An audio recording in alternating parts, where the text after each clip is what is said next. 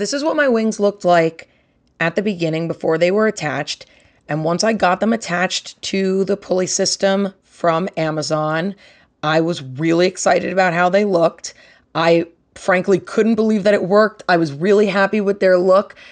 And I know what you're thinking. Now, what could possibly go wrong? Honey, you've got a big storm coming. Hi y'all, welcome to my Hawks Wings tutorial. So I started out with this pair of wings from Amazon. Here they are on me. They are an articulated set, so they open and close. I wanted to make the wings bigger, so I added some red fabric. I traced out a shape with some tailor's chalk that I liked, kind of using fabric scraps, wound up cutting that out into the shape that I wanted to add to the wings. This is me working on it a little bit. Then I had to deconstruct the wings. So basically pulling apart the skeleton system, removing those screws and the pulleys so that I could remove that entire arm piece from the backpack portion of the wings. This is me working on taking apart the other side, taking out those two screws. You can see the back panel folds in half like a book, which is nice for storage. There's one articulated skeleton of the wing. I took the two fabric pieces and I dyed them red, attached those extra fabric panels, and this is what it looked like very early on in the process. I knew I was going to cut them down to a better shape, but wanted to start big and work down from there. This is a little bit closer to the shape they wound up being in the end. I did wind up trimming them down more. These are the feathers I used. I have a 200 pack of Jaime red feathers. They're pretty long. These are probably the longest feathers that I have. I have two 120 packs of goose feathers, 6 to 8 inches. I have a 100 pack of these Lanchi goose feathers. They're fluffier and a little bit rounder.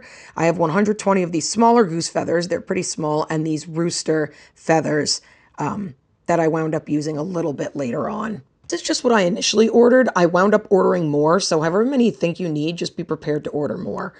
This is me laying out some of the feathers. Time-lapsed. I used quite a few reference photos. You can pause here to take a look and screenshot. It takes a long time, so really buckle in. Here's what the wings looked like on the back. I wound up changing the shape. Here you could see it was a little bit lower. I wound up cutting it to swoop up a little bit more. I would recommend starting to lay your feathers out from the tapered end, moving inward, following the same direction so that they're laying sort of one on top of another as you're moving out towards the edges of the feathers in accordance with some of those photo guides that I showed earlier. The way that I laid these feathers out, you could see each feather has sort of a lay, a curve, and then a direction. So on the backs, I flipped the feathers over so that they were bowed inward a little bit and that they were swooping out towards the outer side of the wing and laid them out sort of in this direction. For a more comprehensive idea of how exactly to lay the feathers, I cannot recommend at Spiked Static Water enough. Most of this wouldn't have been possible without their video. This is what my wings looked like at the beginning before they were attached. And once I got them attached to the pulley system from Amazon, I was really excited about how they looked. I frankly couldn't believe that it worked. I was really happy with their look. And I know what you're thinking. Now, what could possibly go wrong? Honey, you've got a big storm coming.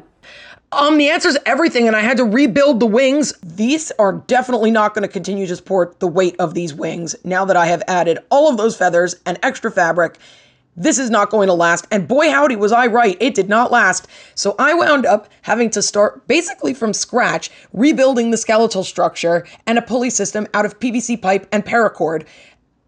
Do not do what I did. Just start that way, honestly. And as you could see, this is not how the wings were purchased. This is what we wound up having to do. It needed more structural support, so we had to rebuild essentially the skeleton for the wings out of PVC pipe. Believe this is 1-inch PVC. This is a 1 1/4, I want to say. I put a cap on the end, drilled a hole in it, sanded that hole down, slid this piece in. What we are now going to be discussing is the pulley system and how we created it, what we did with the PVC pipe to prep it for the build, and how we created a pulley system that allows the wings to articulate open and closed. So I continued using the backpack piece from the Amazon kit and bought PVC pipe. I used 27 inches high and about 50 inches in length for each wing, but you can pick that depending on your preferences.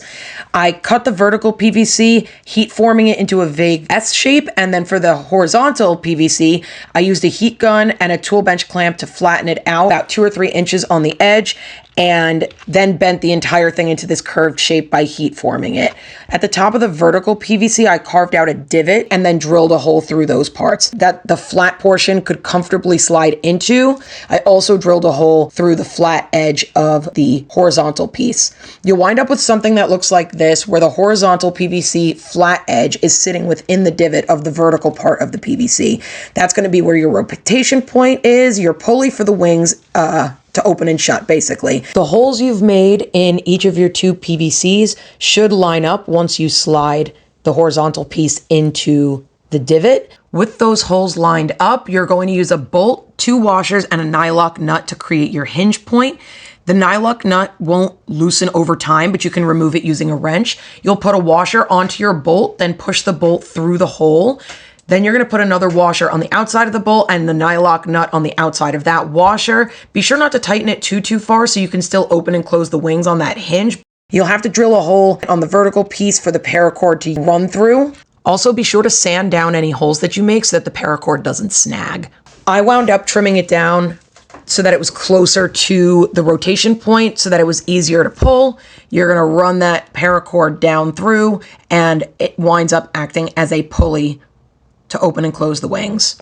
From another angle, you'll see the paracord is running from that horizontal piece through the hole in the vertical piece, down that pipe, down from the backpack, and out the hole at the bottom of the PVC cap. And I found that attaching a ring to the end of the paracord for my thumb to hook into was easier for me to open and shut the wings. To prep this piece, what I needed to do was obviously remove the pieces that came with the system. I unscrewed them and pulled them out. I used a Dremel and cut off the ridges that were here, basically the tubing that was holding the pieces that were crossed in the back, just to create a flatter profile. And then we attached these. I used a combination of like some kind of adhesive, and I let that cure for like 48 hours before I even moved them.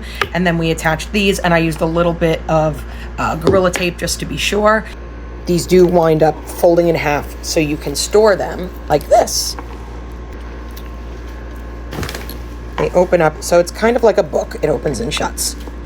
This PVC piece I actually wound up, so I bend it here and then I bend it back out. I spray painted it all red so that if you could see any of the skeletal structure, it would at least match the wings. The wings themselves are actually still the piece that I made from the original wings when they were still attached to the Amazon set. You could still see some of the fabric beneath the wings. It basically has a seam in it that lets you slide it onto this piece and slide it onto this piece. Because I didn't like the way that this S piece looked, I wound up finding some red elastic fabric, like a spandex, something with some bounce. I added more of it around one side, Velcro, so that I could still access the inside of the wings so that it can pull over.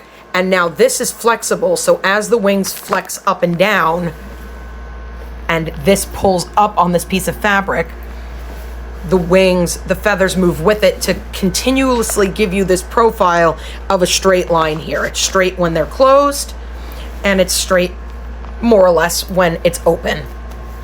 You know, a couple of different things. I used some hooks and eyes, I used Velcro, but I did that on both sides. This was my first mock-up of the wings. I wound up trimming down the excess PVC pipe on the horizontal bits. I was so excited that they finally worked and were durable. You could see where I cut them down and now added those elastic edges of fabric around the wings to create that sort of profile that I was looking for. This is how long they wound up being. Here they are from the back. And this is them on my prototype jacket that I wore to con last year as Hawks. I was, again, very excited. I wound up using invisible zippers in the back to create an opening where the wings could sit underneath the panel of the jacket, which opened up and then could be closed. I used Like I said, invisible separating zippers. If you're interested in a tutorial on the jacket, let me know. I hope this was helpful. Go build y'all wings!